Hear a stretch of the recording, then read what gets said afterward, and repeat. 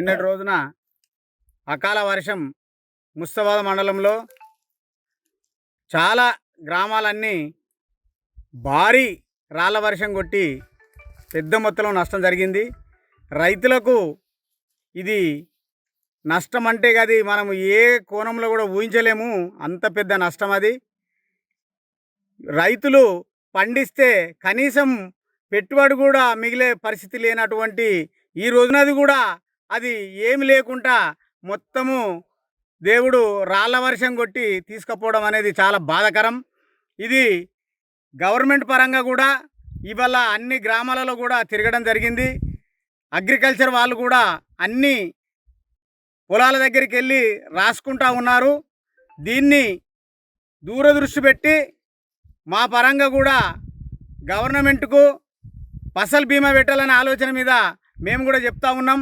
అది పెడితేనే రైతులకు ఇట్లా పంట నష్టం జరిగినప్పుడు రైతు బీమా వస్తే వాళ్ళు ఎంతో కొంత జీవనోపాధి చేసినట్టయితుంది. లేకపోతే ఇటువంటి సంఘటనలు జరిగినప్పుడు రైతులకు కన్నీరు తప్ప ఏం మిగిలే పరిస్థితి లేదు. అంత బాధాకరమైన విషయం. దీన్ని గవర్నమెంట్ పరంగా కూడా ముఖ్యమంత్రి గారు ఆలోచన చేస్తూ ఉన్నారు. నిన్ననే మహేందర్ అన్న గారు కూడా ఫోన్ ద్వారా అందరికీ కూడా మాట్లాడడం జరిగింది. ఇది ముఖ్యమంత్రి గారు తప్పకుండా ఫసల్ బీమే పెడతా అని వారు కూడా అన్నారు. మా పరంగా కూడా మేము చెప్పడం జరుగుతుంది. రైతులు ఏమాత్రం ఈ బాధ ఎట్టి పరిస్థితుల్లో మేము పూడ్చే పరిస్థితుల్లో లేము, కానీ ధైర్యంగా ఉండాలని రైతులను మేము కోరుకుంటా ఉన్నాం. నిన్న సాయంత్రము ముస్తాబాద్ మండలంలో పలు గ్రామాల్లో మరి అకాల వర్షము గాలులతో పాటుగా మరి వడగళ్ల వాన కురవడము, మండలంలో ప్రాణ నష్టంతో పాటు ఆస్తులు మరి రైతాంగానికి తీవ్రంగా పంట నష్టం జరిగింది. గత 20 సంవత్సరాల నుంచి చూడని విధంగా మరి వడగళ్ల వాన కురవడం రైతాంగానికి తీవ్ర నష్టం. వారి నష్టాన్ని ఎవరు కూడా పూడ్చలేరు.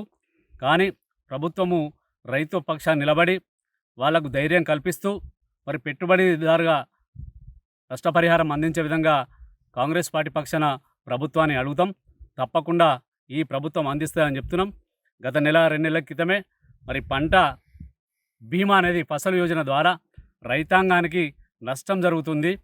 ఆరగాలం కష్టపడి పంట చేతికొచ్చే సమయంలో మరి ఇలాంటి అకాల వర్షాలే కానీ వడగళ్ల వాన వల్ల కానీ నష్టమవుతుందనే ఉద్దేశంతో ఫసల్ బీమా యోజన పథకాన్ని తీసుకొచ్చి మరి పంట పొలాల్లో ఏ పంట వేస్తారు, వరి ధాన్యమే కావచ్చు, మక్కలే కావచ్చు, ఇతరత్ర పంటలు కూడా మరి ఫసల్ బీమా యోజన కల్పించేటువంటి ఆలోచన మరి ముఖ్యమంత్రి గారికి గత 2 నెలల క్రితమే వచ్చింది.